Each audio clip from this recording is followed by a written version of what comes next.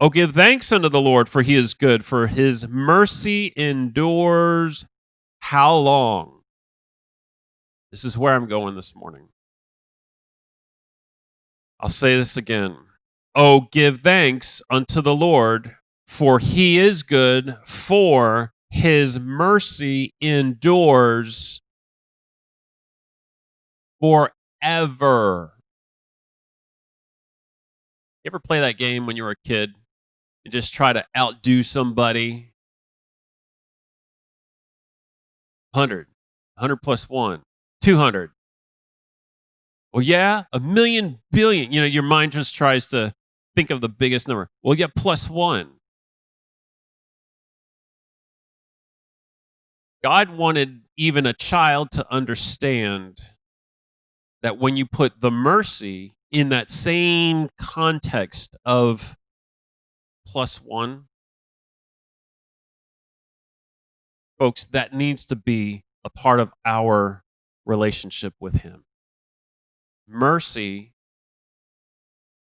is for the people of God. It's here in all the earth, but everybody is able to receive it, but not everybody knows and responds to it. The mercy of the Lord. In the context of all this praise and worship, and this little boy was crying out for mercy. But that song just birthed his deliverance, and that was the mercy of God. In fact, any of the gifts of God are his mercy, aren't they? Any of his healing, the deliverance, a revelation from his word, that even as God gives to us anything that is good, it's because he has been merciful, and he reigns that way. He looks to rule and govern with mercy. That's his character. That's what he does, and he'll never change from that because it's recorded. He will always do this. So in response,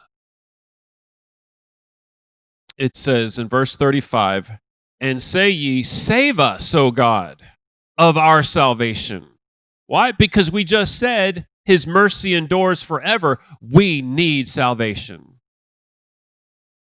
And gather us together and deliver us from the heathen. And I would say now in these days, as we are in the New Testament, you could say deliver us from evil, because that's in the Lord's Prayer. Deliver us from evil. Deliver us from the works of sin,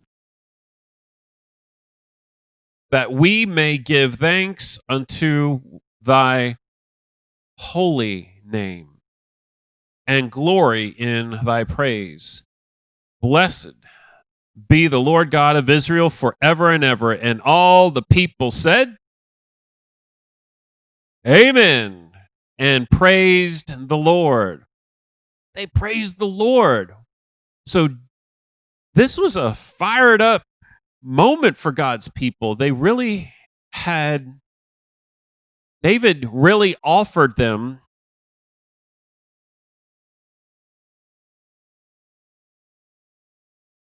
these words to live by, and David really utilized so much prayer and praise to rally the hearts of God's people. If we don't praise the Lord, you're falling back on maybe just your intellectual gospel. If there isn't that initiation for looking for the blessings of God and how you can give back to him just by the power of your words, Father, I praise you for that. I praise you for this circumstance, the wisdom you've given me. I praise you that you've changed my life, that you've given me the truth to live by. Praise is, again, a form of being delivered. You recognize what you've come from. You recognize a superior authority in your life. In the context of Verse 34, "Oh, give thanks unto the Lord, for he is good, and his mercy endures forever." So, with this in mind, knowing that praise and that the judgments of God are through him and they are just and they have to come, I see an extension of this over in Romans. I saw in started reading Romans and I thought I was reading Hebrews. I mean, he was talking to about the Jewish people more than he was talking about the Gentiles. But I think Paul, in his wisdom, in knowing how to help Gentiles realize how God worked with the Israelites, he talked a lot about them. He talked a lot about the Israelite people in order to instruct them in moving in the direction of God, uh, because they're grafted in. And I'm going to read some scriptures that talk about this. But again, my focus in on this is integrating, utilizing whatever those key words are, the mercies of God. They endure forever. And as much as we know and discern, and discernment really is a mercy of God. It's when God gives us this place and space in our journey to appropriate what he's taught us. That's real simple. Mercy is God giving us this time and space in our journey to appropriate what he has taught us. He influences us and then he expands our world and allows for us to see how truth really lives inside us, how it gets on down, shimmies on down into the spirit, not just stuck in our head. There's a lot of information that you have had if you've been tracking with Being Health and Hope of the Generations for, a little while.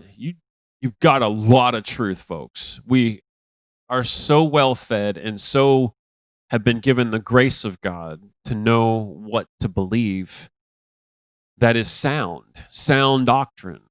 It is a gift in these days to have sound doctrine rolling around in your mind when it comes to certain things that you hear and have it to something to compare it to. So sound doctrine is critical. But because you know it, you've got to have the time and space to let that knowledge expand into your relationships, expand into your faith, in talking with God, and let it change you on the inside out.